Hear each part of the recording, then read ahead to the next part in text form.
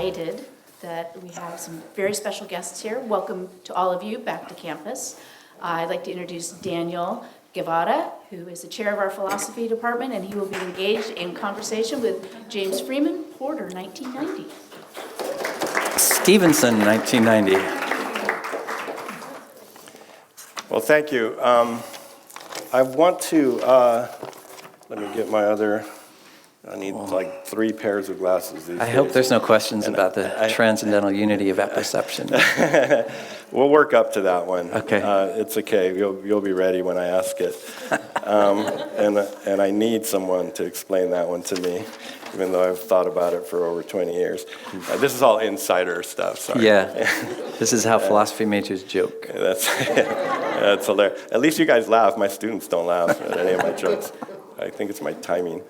I'd also like to introduce Caitlyn Freeman. Where is she? Oh, there you are. Okay, hi. I saw your picture, but I didn't recognize you there. Who's an alum of Kresge and an accomplished pastry chef and former restaurateur, and must have been involved in the success of Blue Bottle Coffee as well. Intrinsically and extrinsically. Well, my sister's an alum too, Mora Matera CPA, history major. Wow, I won't say when she graduated. How's that? The whole family. Excellent. I see some friendly faces. Well, okay. I have no idea what I'm doing. I've never done an interview before except job interviews, but I don't think he needs one. I've been on the other side of this, so we'll see how it goes. Of course, I would like James. I've been able to talk to James a little bit. He was generous with his time just so I could kind of get to know him on the phone. As were you. And about philosophy, and we just missed each other, I think. I started in 91, and I think he left. Gone by 90. In 90, right. But, of course, we know people who overlapped, and I'd like to get him to talk about those things.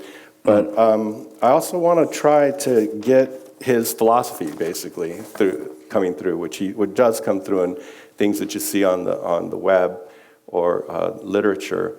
I'd like to kind of rehearse some of that stuff here. And so my first question for you, I'll frame it this way, because in many ways this is the most interesting thing that I feel like I've learned, a little bit that I've learned about you and trying to do a little bit of research. You've probably been accused of being a perfectionist once in a while by people, and you're very open about when you were a musician that you were looking for a kind of perfection or some very, very high quality transcendental experience with music that takes a lot of discipline, a lot of time, a lot of effort, a lot of lonely time. And then with the coffee, but what's interesting is that you began Blue Bottle, a lot of your story is that you did, from a certain paradigm of business, you did everything wrong. You didn't do anything which is considered right. Right, some would say I'm still doing things wrong. Right. And so, like all interesting people, you can't be pegged as just a perfectionist, because you would think a perfectionist would go and just do everything by the book, and you didn't, of course, to great success. Does that... Can I get you to talk about that a little bit? I think that's interesting. It's nice to start off. I was telling you on the phone, but I kind of appreciate, I get interviewed a fair amount, and some are interesting journalists or moderators or stuff like that, but it's nice to be interviewed by a professor. I was kind of afraid of my philosophy professors for so many years. This is like demystifying it a little bit, which I like. It's healing. But just in terms of that, yeah, I mean, there is a perfectionism that is inherent with pursuit of a product, but I think there's many senses of the word perfectionism or perfection, and I think where people get confused is that I have this sense of perfectionism to the standards that I want to obtain in terms of my product and the experiences around getting this product and participating in this product. So, and then there's this other sense of the word perfectionism where it's like a by the book kind of perfectionism. You do these certain things. Let's call that, for example, MBA perfectionism. And that's like, you do these certain things that are going to get you a certain result, and they're common knowledge or reasonably common knowledge, and through work or good execution you can get this other thing. But I like this other version of perfectionism where it's an image in my mind of, it sounds funny to say coffee can be a transcendent experience, but I do believe it can. I believe that serving coffee is a moral act, and that the idea of service is very important, and you're serving the people that produce the coffee that are many thousands of miles away. In the same sense, you're serving the people that are making the coffee, constructing the coffee, and you're serving the guests who are coming in to participate in this. So that idea of service and that kind of perfectionism, which is not the traditional kind, you could say, but it's a very personal belief, a deeply held belief that this experience can be a transcendent experience. Right.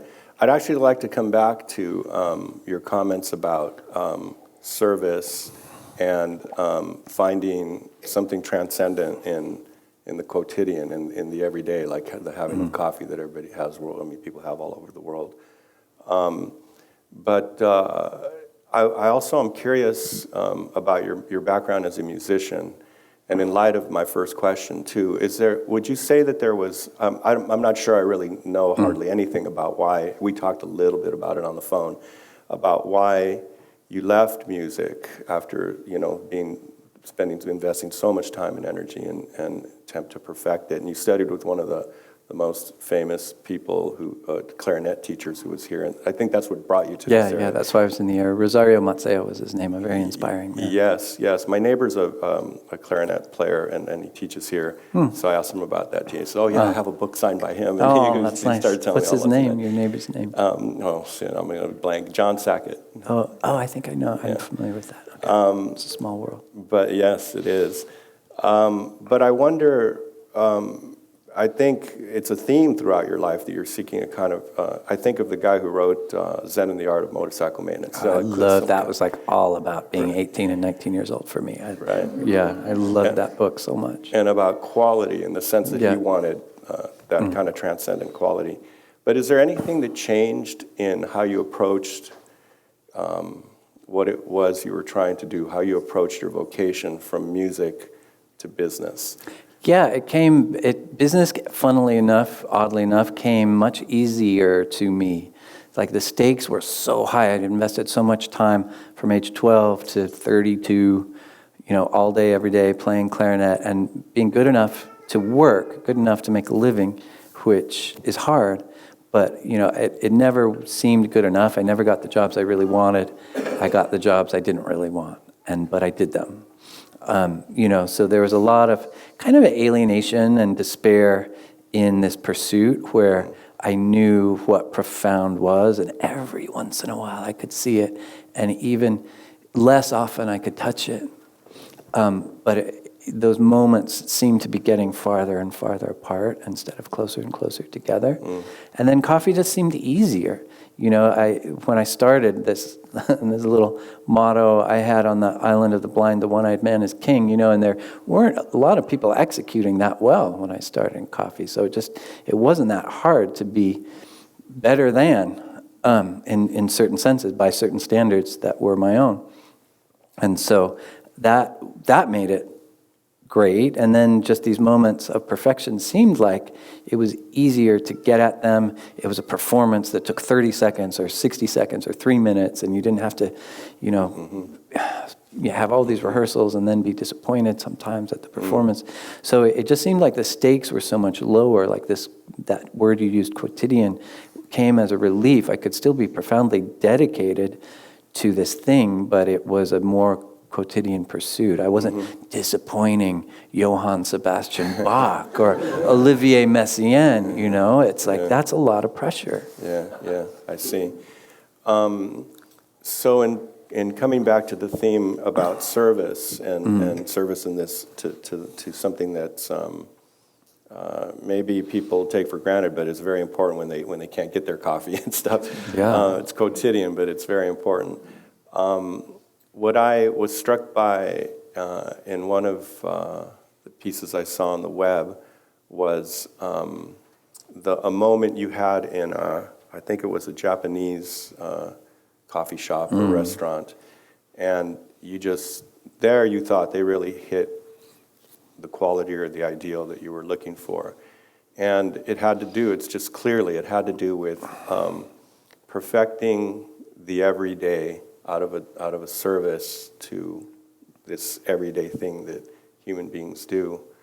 And that's a striking thing, to find, to try to find that kind of transcendence in something that's, some people might describe as mundane or ordinary. It's interesting to me that that's where you found it. Yeah, well, I think that's a deeply embedded part of the culture in Japan. It's like the get things right part. And there's these old-fashioned coffee houses called kiseten. They're kind of dying out, which is very sad. They're fusty, they're old-fashioned, they're not, they look like grandma's house. But the ones that, my favorite ones, especially the standards of execution, are so impeccable. From the moment you arrive to the moment you leave, you're just, surrounded. It's this bubble of consideration that every moment has been attended to and is as perfect as the maestro wants it to be. So they don't just warm the cup with hot water before they pour the coffee in. They warm the saucer, and you walk in. My favorite. I've been too many times now, and you give the order, and then there's this wall of mismatched cups, different sizes, and the first thing is like, they look, like trying to figure out, like at this moment, for this order, for this guest, like what among these 150 cups, which cup is the right cup. And I bring colleagues there, now that we have a roastery and cafes in Tokyo, I bring colleagues to these places, and we get 5 or 6 coffees, and it's like, oh, this cup is like, this coffee is perfect for this cup, like either visually or the proportions or like the totality of the sensory experience. Sure. I mean, just for those of us who just drink coffee without any intellectual or spiritual reflection on it, it matters what the cup is like. And maybe the thickness, the shape. Even. Sure. I don't know. I think, it must just be some crazy psychological thing that I have. But I've got to have it in a certain kind of cup. Right. But just because you're not like pursuing spiritual or intellectual doesn't mean you're not receiving it. Right. And that's the service that you feel you're doing to the everyday person, is giving them that opportunity. Hopefully, when we're at our best, we're meeting them on their level with something that's going to make them much more satisfied than hopefully they'll ever know. Excellent. So maybe I could get you to talk a little bit about your experience here when you were a philosophy major. I think maybe beginning with what drew you to it. I think that was part of the transition away from the music teacher in Carmel. Yeah, well, I had been accepted to study with this gentleman, Rosario Matseo, who had played in the Boston Symphony from 1933 to 1966. So he'd met Copland, he'd met Stravinsky, he was chosen for that orchestra by Kusevitsky himself. And so he had this amazing history. He was a beautiful teacher, a great artist, a genius teacher. And so I was very excited to be accepted by him, and then it's like, I bounced around a little bit. It's like, all right, well, I should get a degree if I'm going to be here. So I'll apply to UCSC, and then that's when I was like thumbing through the course catalog. I had one, and all the classes that I was interested in were in the philosophy section of the course catalog. And so that's what I ended up declaring. I was never interested in academic music, and I like doing things, and so I didn't want to. I wasn't that interested in the clavichord or anything like that. I wanted to play my instrument and get better at playing at my instrument, and so I apologized to you on our phone conversation. I was a little bit of a dilettante in my studies in the philosophy department. I had a few bright moments, and a few moments where I wish I would have studied a little bit more. I got my major. Did you have any philosophy before? You had thumbed through that catalog? I think when I was taking like general ed class, I'd taken an introductory logic class or something like that. But I was doing a lot of reading, and that was interesting to me. Based on your own reading, that had attracted you. Based on my own reading. And then, once I got here, I was so happy that was my major, because it was not always happy. I told you my advanced symbolic logic story.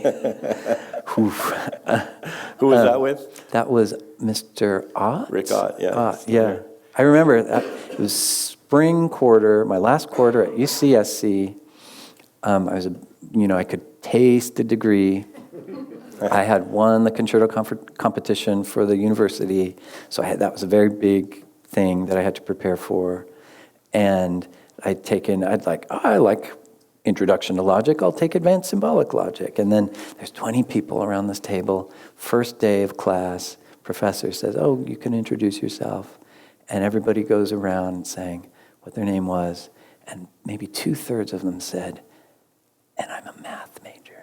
That's right. And I was like, I'm in the wrong place. It is. It's really unfair. It was so hard. It was so hard. For people who don't know, most philosophy majors, all philosophy majors pretty much everywhere, have to take an intro to logic. Yeah.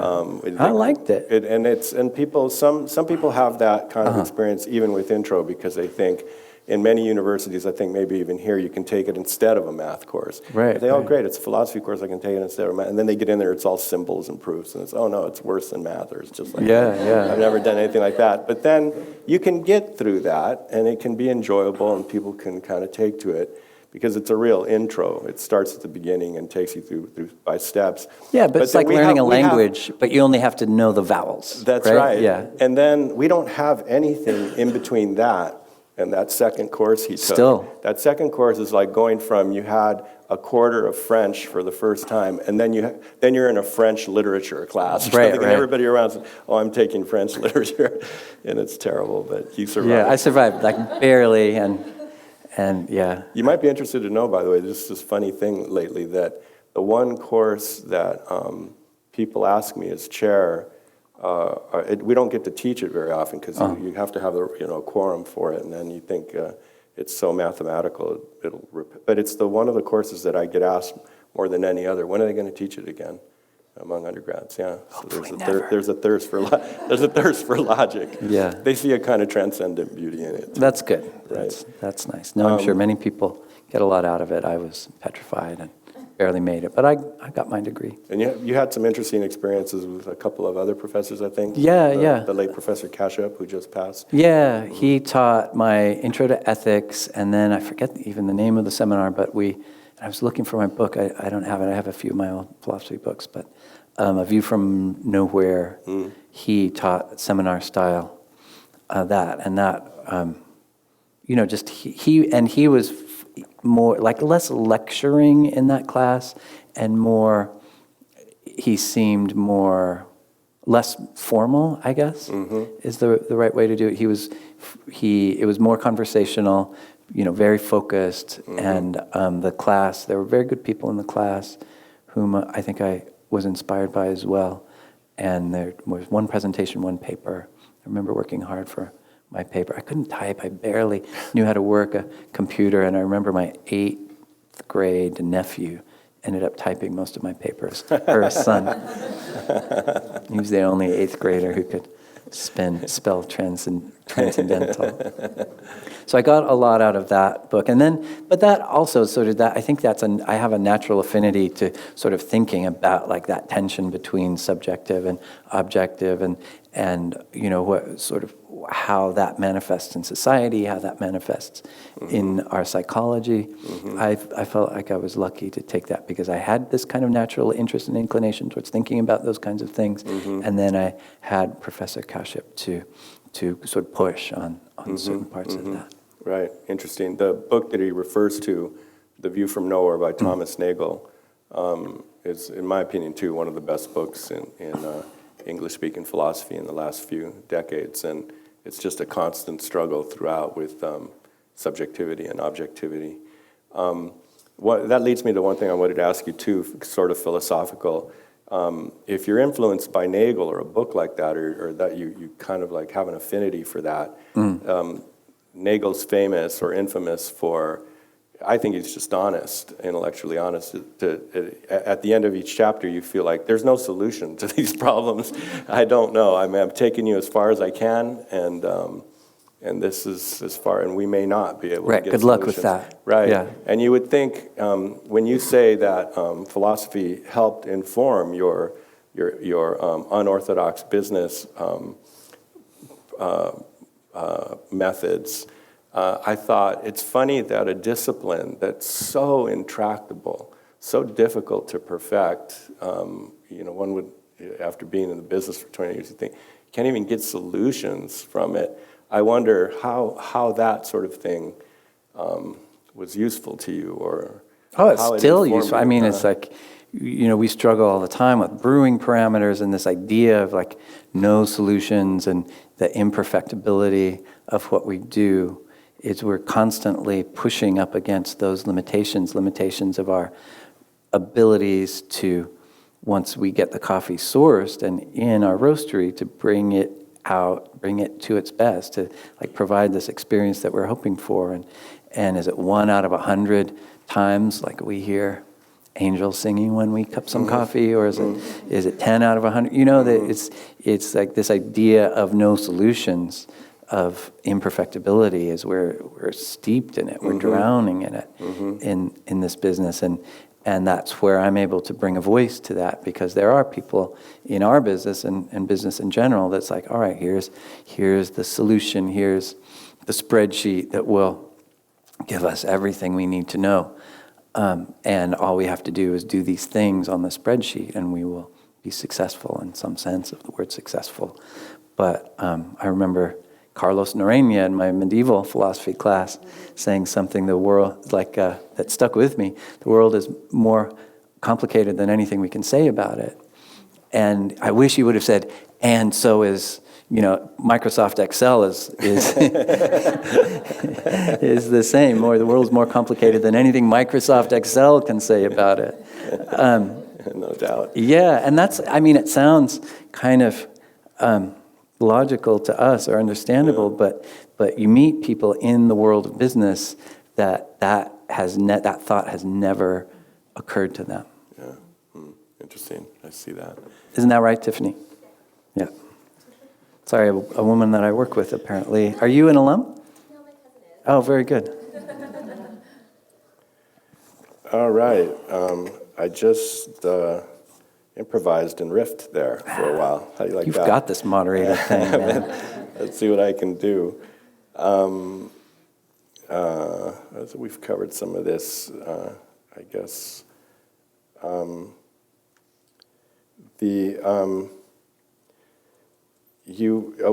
This is related to something I was curious about too. I take it that for the coffee business that you created, you're totally self-taught in that? You basically do everything on your own? Yeah. I mean, the world of music is the world of mentors so powerfully, and I think I wasn't doing it on purpose, but I think I just wanted to kind of escape that a little bit when I started in coffee. I had my own opinions, my own thoughts, and I wanted to just work out those things. It's not that I never got any help from anybody.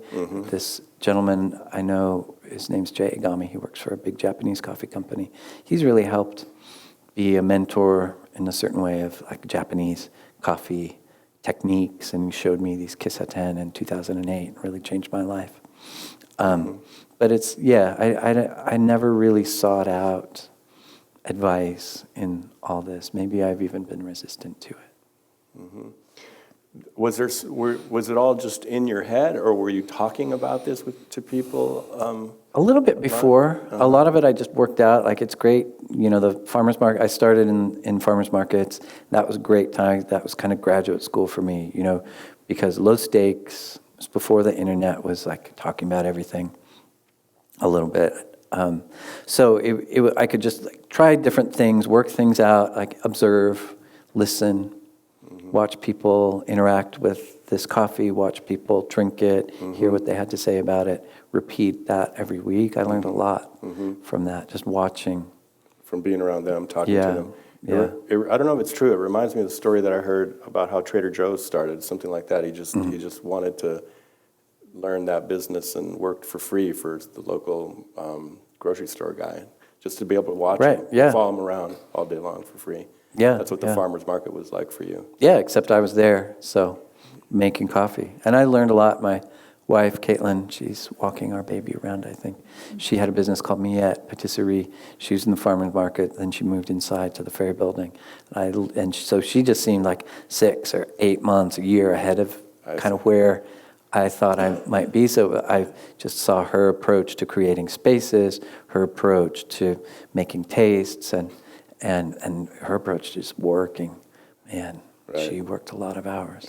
Right. It's going to be a lot of work. Yeah. Are there any philosophers that you still read regularly or go to at least every once in a while?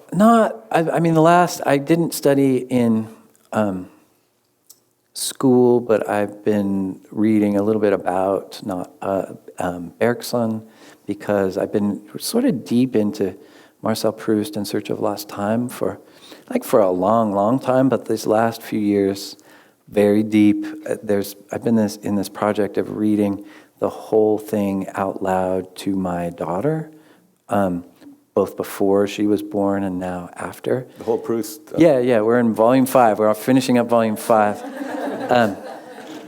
And it sounds so arduous. But it's only a few pages a day, but if you do it every night, it really adds up. And one of the things that I feel incredibly lucky that I was able to do that is because I've read it before, but sometimes the language you're reading and the language, with Immanuel Kant or anybody, the language just kind of washes over you after a while, and you have to constantly be forcing yourself. But this project of reading out loud has enabled, you have to breathe, right? And you hear it as well, and you're making it. So you're feeling like these vibrations of Proust in your body are exciting an air column that your lungs are, like your vocal cords are so it's a very different way of understanding Marcel Proust.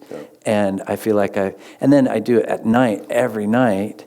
And so I have the night to kind of reflect a little bit upon the few pages that I've been reading. So it's been very, very powerful for me, and very inspiring, oddly enough, in business too. It's given me, there's these sort of 3 passages that I think about over the last couple of years that have been sort of very powerful for me to have a metaphor or some sort of structure to hang how I'm thinking about the business on them. Can you say what those 3 passages are? Sure, yeah. First, this was before we opened in Japan. This is from more like Hallmark, Marcel Proust. This is from the 2nd volume, In the Shadow of Young Girls in Flower. And it's this lovely sentiment: if a little dreaming is dangerous, the cure is not to dream less, but to dream more, to dream all the time. And for me, that symbolized this. And we were, getting a lot of investment rounds at that time. And for me, that was this idea of just opening up my ambitions and not limiting what I wanted to do with this business. And and even if certain things seemed crazy, to not be afraid to have very big ambitions, big dreams. And that was helpful for me to hear that articulated at that time.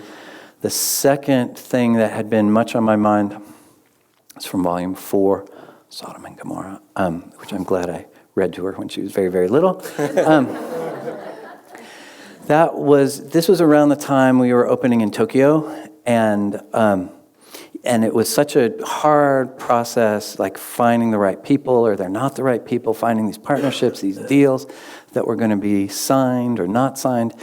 There were just a lot of doors closing, and then finally we did it ourselves. We had enough money. It's screw licensees, screw joint ventures. We're just going to spend our own money, risk our risk, do it our own way. And it was a madhouse. It was 4-hour waits, and it was very successful opening. It's still going very well in Japan, and it had always been kind of my dream to do that. And there's this one passage.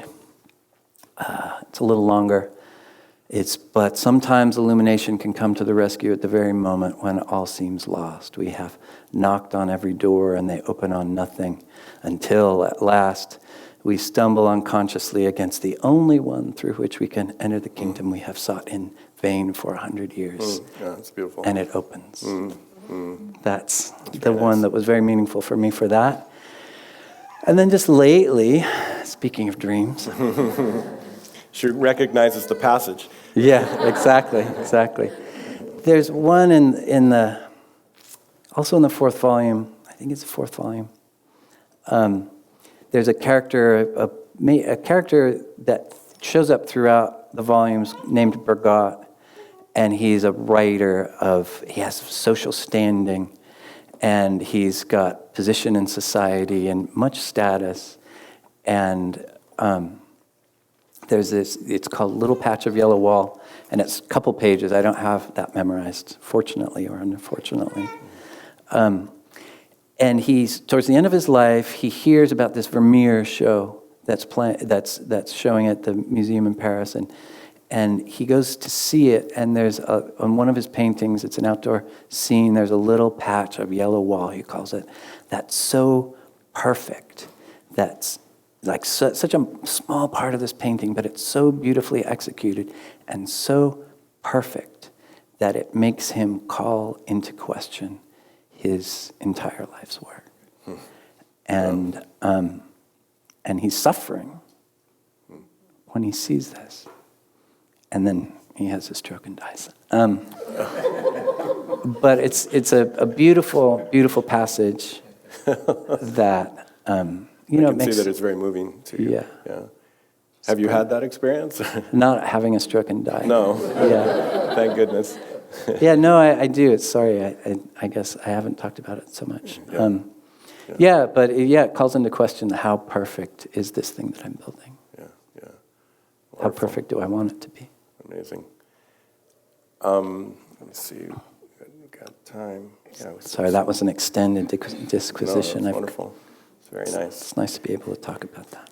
And she is okay with, she doesn't ask for other books or... So far, she has not from my kids. been given the choice. Her name is she's Linden. Linden? Yeah, the tea that his aunt gave him is Linden. It often gets translated as lime blossom tea, but it's really linden blossom tea. Very nice, very nice. I'm quickly running out of my material here, but I know that whenever I speak, and people actually come, especially at 10 in the morning, to come see me say whatever it is that I'm supposed to say. 10 in the morning is actually not very early. It's not too bad for college people. Yeah, right. Yeah, try to find something open in Santa Cruz right now. I always think people should get a chance to. You're here with him for a little short basis, so I think we should just open it up to questions and answers, and then maybe I'll also think of some other things I might like to ask him. Or maybe just questions. Yeah, just questions too. Yeah. Yes. No, not a note. I haven't for years. Really? Yeah. Yeah, it's one of those things. It's like it was hard enough when I was playing all day, every day, and so it's just been hard. She has a little recorder that I've been tuning. Like my repertoire now is Wheels on the Bus. They go round and round. Yeah, no, I don't play anymore. I'm not unhappy. I don't resent that I spent all that time and energy in pursuit of it. I think I still wake up and like yesterday morning, there's this passage that I woke up in my head, and I was able to sort of keep playing it in my head, and it was a movement from the Beethoven Septet, which is this beautiful piece. I performed it a long time ago, and so I still have all this repertoire inside me. I like going to the symphony and the opera with my wife, but I don't anymore. Yes. Santa Cruz question. Great. What goes into your decisions or feelings about how you source your beans for your coffee? A lot of it, well, we have a team now that goes to these various growing regions, which can be very, very far away. And so we have, obviously there are standards for how delicious this coffee is, and then standards for how sustainable the process is. We try to emphasize the relationships we're having, many of them over many, many years by now.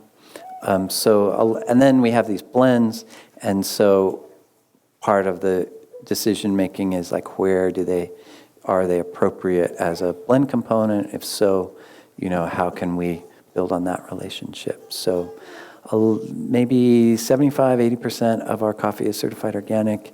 The part that isn't is almost exclusively directly traded. We are not very good about presenting to the external world our standards of sustainability, so that's been a project for me and the team that I talk about. How can we, without seeming to sort of preach or be didactic about it, let people know what our standards for sustainability are apart from organic certification. Mm-hmm. Hi, just going off that question, actually, my name is Nina. Hi, Nina. And I used to be a barista for Cable Conte. Oh, no kidding. Yes. That's great. Yeah, so I was Are you, wondering, I'm sorry, are you an alum? I will be graduating in a month. Congratulations. Thank you. So I guess Spring quarter, that's I'm a near a dangerous future quarter. alum. It's fine, it's fun. I was just wondering if you feel like the execution of the coffee process is being privileged over communicating the source of origin and these producer communities. Because you started off saying that serving coffee is a moral act, and I completely agree. I think it's an ethical and sustainable process. But like you just mentioned, I think that sometimes that's privileged over the beauty of the interior space of the coffee house. Yeah, well, I mean, all these things have to add up to something, and I think you're right in that oftentimes, behold, the beautiful latte that is presented in something can subsume any other conversation about where this coffee came from or who's producing it. But it's also a delicate balance with hospitality, because some people have to be kind of seduced into caring about where the coffee's from. And I think that's the delicate balance that we're not always great at, is to figure out when people are ready to have a deeper conversation and when they just want their goddamn coffee. It's like, and so how do we make it intriguing? How do we seduce people into wanting to know more and wanting to dive deeper without seeming to be hectoring them about it? Because I've seen mistakes on kind of both sides of that.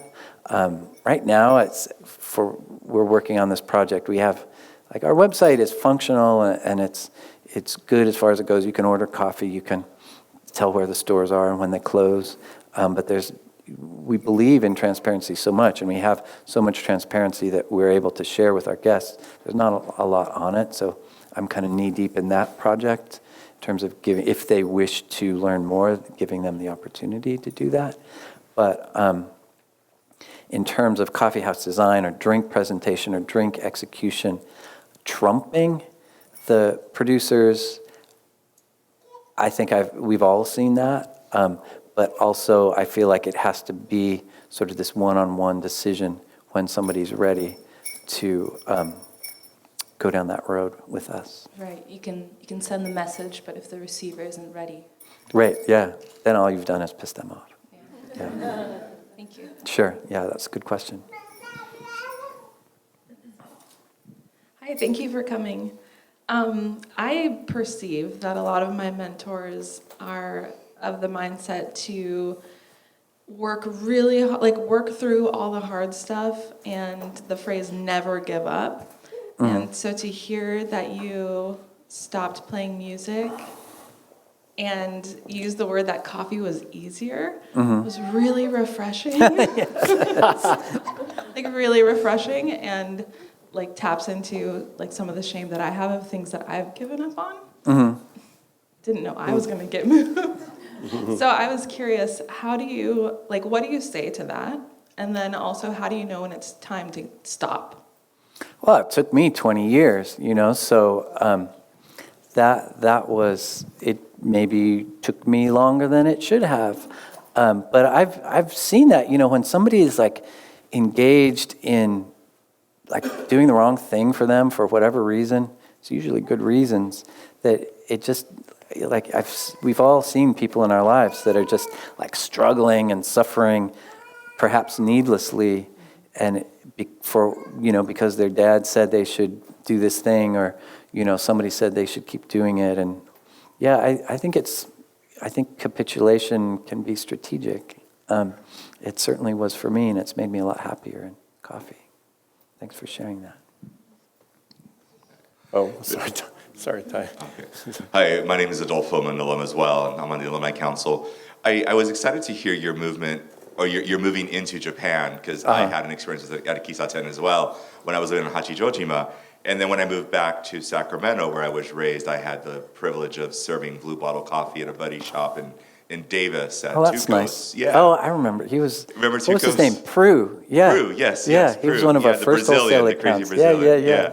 Yeah, so my buddy was helping him with that business. But I remember that tension from the customers of that execution of the coffee. And my family's from Mexico, so we have this coffee culture, and I grew up around that as well.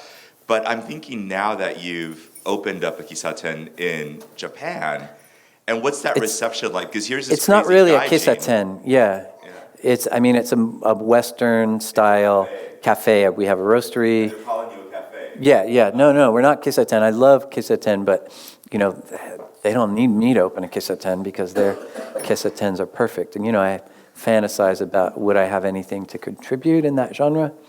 But we're not doing that. The interesting thing is, because there has been so much press and attention directed at our opening, that I've actually been able to direct native Japanese towards my favorite kisaten, and I've been helpful in causing people to look at their own cultural patrimony in this more appreciative way. And my favorite kisaten now, sometimes I have to wait to be seated. But it's great. There still many of them are fading away, but I feel like the good ones are getting more notice because of more third wave style, Western style coffee coming, and then that looking back towards their own history.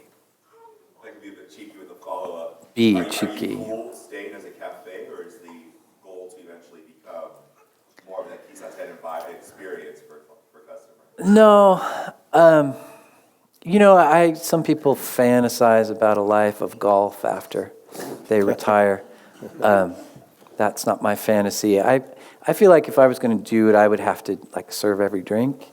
So who knows about that? But I'm happy working on sort of being inspired by certain things, certain standards that these kisaten have, and trying to build that into our own company at this point. I'm Ty Miller. I'm the Dean of Graduate Studies Oh, here, great. not an alum. Super.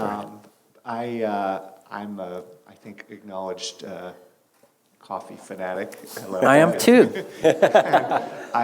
In my scholarly work, I've done a lot of work in Italy and Nice. Eastern and Central Europe. So there's a I'm also appreciative of these quite varied coffee cultures. I had a question. You described a kind of process of honing in on what you wanted to do that I see as a fairly, slow and rather gentle process where, you had various intuitions about what you wanted to do, talk to people at farmers markets and so forth. And I just wondered if you also engaged in anything like a kind of more wildly experimental side where you just said, I'm going to mix these two things together that seem like they don't go together, and we're just going to try it out, and it's probably going to be terrible, but I want to just sort of try out all these things that might fail and see if just something unique that I wouldn't have thought of comes out of that. Yeah, well, our shop that is in Mint Plaza in San Francisco that opened in 2008, that was me being super crazy about all this great Japanese coffee gear, and I love poached eggs and toast. I thought it was basically going to be the only cafe I would ever open, and so I just packed all my favorite things into this cafe, and it turned out being very successful. And then I thought, when we opened a coffee bar in Chelsea in New York, there's a lot of reasons, but I thought I'd go one more. I thought the mistake of Mint Plaza was that the lines were so long because it was too confusing to separate, to explain to people what all these different things were. And so what I was going to do, I was going to separate, have a little sort of Kiss-A-Ten-like 6-seat coffee bar upstairs and then a regular coffee bar downstairs. But what we did, basically nobody went up there. And those who did, a small percentage were into it, and then the rest were totally baffled. We created this semiosphere of confusion somehow around it, such that we had siphon and toast, a sign that said siphon and toast upstairs. People would go to the barista downstairs and they'd be, excuse me, what's toast? And it's the thing, the bread that you put in the hot thing and then you put the butter on, you know. So that was a kind of a devastating failure for me because I loved it up there. It was so private, so austere. Very, very controlled, and very few people went there. Those who did tended to enjoy it. Many of them never came back. So, yeah, it was a disaster.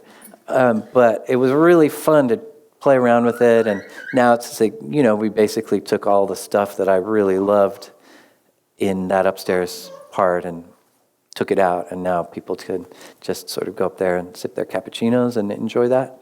And now it's a successful cafe. But that we have done some experiments based on my whims or enthusiasms at the time, and some have worked out great. Many of them have, and some we've got a few disasters. But I don't regret trying it.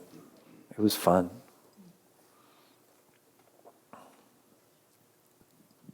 Yes? No.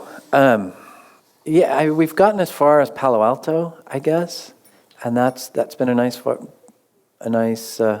spot for us. I think Verve is so strong; they do such a nice job. Delicious coffee. The last few times I've been to their bars, I've gotten really delicious drinks. So that I would have loved that when I was a student. That's for sure. I spent a lot of time in Cafe Pergolesi, which was fun. Is that still there? Does that still exist?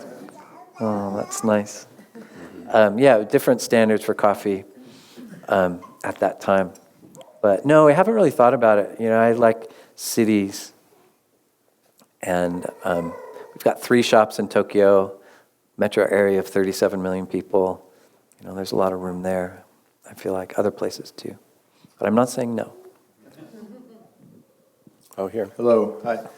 So I read, or I think I heard somewhere on a podcast or something, that you guys started Blue Bottle Coffee similar to how a technology startup would start their company. You guys had investors and just grew really quickly. So you were a little unorthodox, I'm assuming. I'm not in your way that you started Blue Bottle. So my question is, when you made decisions along the way in the early days, were they impromptu, on-the-spot decisions, or did you have a set business plan and everything, every step that you made, was that according to your plan? Or did you just kind of turn left when you felt left, or turn right when you felt to go right? Yeah, just for a point of clarification, I didn't start with investors, and I started a long time ago, and what's the business term? Bootstrapped, I guess, I started with very little money, although it was all I had, and in a 186 square foot facility, which is about the size of this stage, and did farmers markets, did that for quite a while before this glamorous roster of internet investors internet celebrities has decided to come in and give us more money to grow. So there were very many years of me being entirely responsible for my own choices and decisions, good and bad. So that, and that's good training. To when the stakes are low, you can make mistakes. I hate that word, iterate. Every time I've made a horrible mistake, it's been with the conviction that it was going to be exactly the right move. Somehow I think that's better. But yeah, so it's only quite recently in 2012 that, look at that girl stand. Amazing. Yeah. Yes. Bravo. Sorry. So it's only quite recently, October of 2012, that sort of a lot of money has flown our way, and that we are encouraged to dream a little bit bigger. And so there's still kind of a plan, but it's never been, a lot of times the dreams are, we pulled the plug on wholesale. We don't have any wholesale coffee relationships anymore. And that was a dream of mine. But it's hard to put like, okay, we're going to walk away from 25% of our revenue. Doesn't look so good in a business plan. So, we don't put it in a business plan. Right. But I think it's been the right thing for us. All right, thank you very much. And I just have one more question, and it kind of turned into two questions while you were That's all right. speaking. My first question is, if you were to go back to when you're in your 30s starting this company, what advice would you give your 30-year-old self? And then the second question would be, where do you see Blue Bottle in the next 20 to 30? Whoa. Thank you. I always say to that first question, I would say, don't take any advice, including this. Maybe thank the philosophy department for that one. And then the second, I don't know. It's hard for me to imagine. Oh, bravo. It's hard for me to imagine Blue Bottle like 2 years ago where it is now. So 6 months, I can think in terms of 6 or 12 months. Anything else, and it just gets too hazy. I think certainty is basically a very unattractive quality, and I see too many people that are so certain about this plan or that plan. We've all seen that, and then, something happens. And at the very least, I'm going to have the courage not to be certain about the future. That is thanks to philosophy right there. Yes, Yeah. Carrie? I'm curious to know a little bit more about how your philosophical approach extends to your employees. And, think of Yvonne Chouinard, who started Patagonia and wrote the book, Let Your People Surf. And so how does your perspective on coffee and the ritual and all this sort of reflection and spirituality that you've put into the product and the process extend to your employees and how you manage and what it feels like to be working at Blue Bottle? Right. Well, we have somebody from People Operations sitting right behind you. Maybe she should answer that question, and she might be better at it than I am. Because, I struggle with the people part. I was very, very dedicated to a product and an experience. And, when we started, it was a bunch of liberal arts majors kind of talking about Goethe and scrapping things together. And now that there's more than 600 employees, and there's a finance department, and there's a people operations department, and I tend to gravitate towards the people that kind of do things or make things, and sometimes I feel alienated by people from different backgrounds, like different ways of thinking, and I'm much more comfortable talking to a barista than I am talking to somebody that's been to like a really fancy school and has a business degree, and that's been a struggle for me. So I feel like I'm constantly, struggling with sort of this experience of hospitality and warmth and generosity and service that I want to provide and that I can model on a one-on-one situation versus the kind of the hierarchy and the comfort with roles and the acknowledgement that people from different backgrounds, even if they come from very pedigreed backgrounds, can add value to this thing we're making called Blue Bottle Coffee.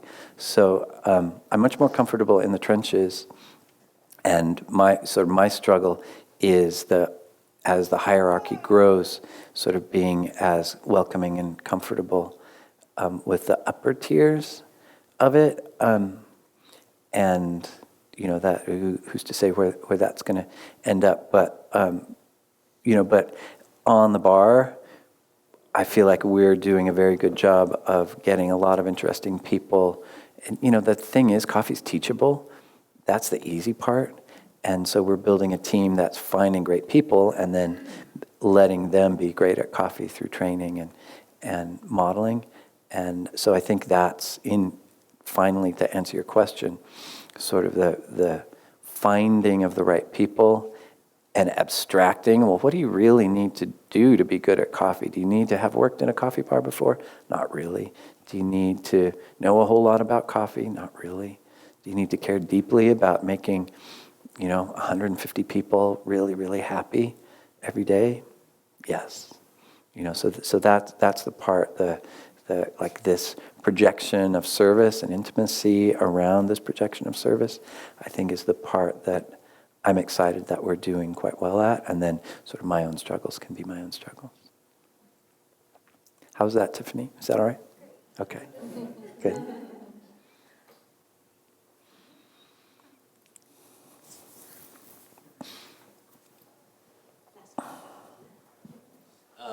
Now that you've been able to pursue and express your passions through music and coffee, are there any other areas of your life that you'd like to pursue possibly after the world of music and coffee?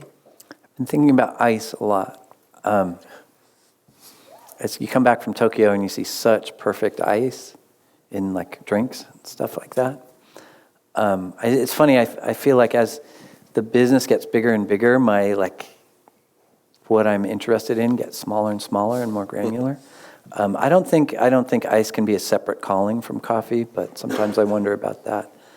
But yeah, I mean, I've only really wanted to do two things, clarinet and coffee, and I haven't really been thinking about something other than that. I like playing pétanque in the summertime, but I don't think I'd want to do that full time. Yeah, I don't have a lot of hobbies or other pursuits. I don't mind it, though. Any final questions? All right, well, thank you for coming. Thank you. Thanks, everybody. James. Nice.